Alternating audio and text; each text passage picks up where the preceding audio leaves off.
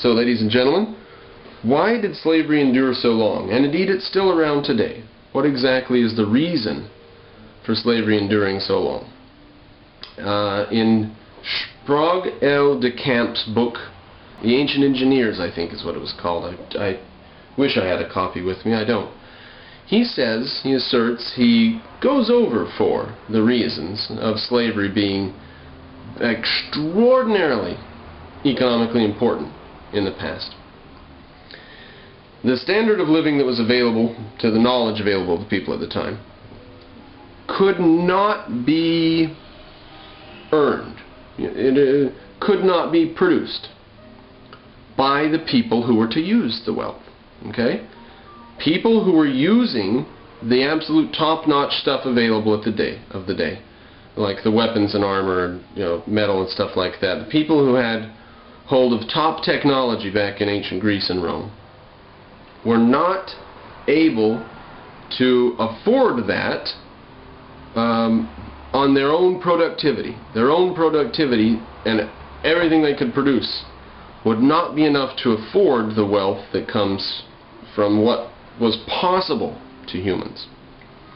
So either, one of two things, either you give up those things, gold and silver and mining and shipbuilding and stuff like that, you give those up, or you get slaves to do it. Slaves were not replaced as a means of production in the ancient world, or even in the modern world, because of one thing. It's not ingrained racism, it's not hatred.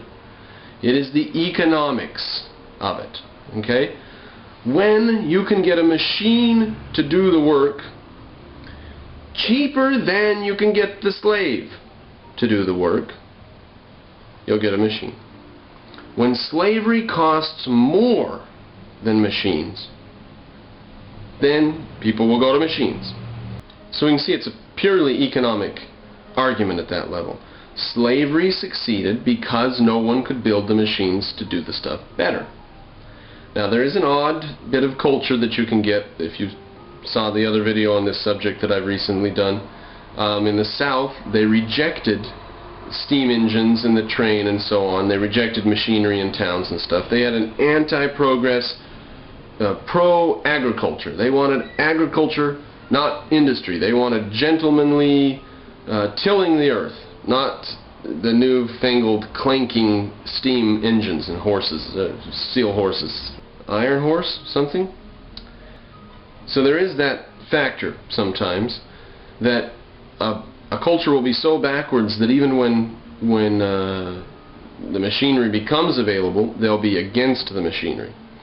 And I think probably the reason for that in America at that point was ingrained racism and an ingrained culture of agrarianness, looking up to the agrarian and down at the newfangled machine age. But they weren't able to stand up long against that tide of history, were they?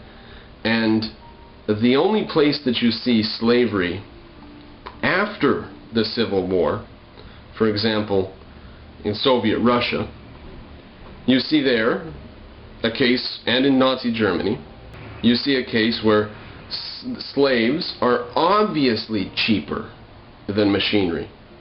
Because number one, they couldn't afford the machinery, not in Soviet Russia. Nazi Germany bought a lot of Western machinery during the 1930s, and a lot of it was on loan, so in a certain sense they couldn't afford it either.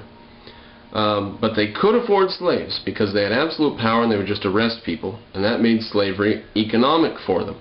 It was economical again.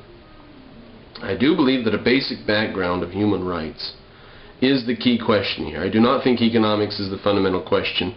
I think that morality and ethics are, and a respect for other human beings, because you project on them what you are. You say, I'm reasonable, I project that person's reasonable.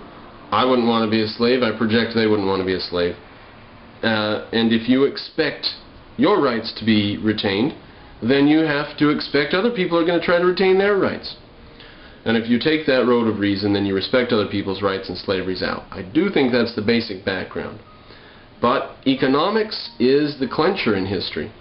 economically, when it became too costly to use slaves, people quit using slaves, and they started using machines which were cheaper.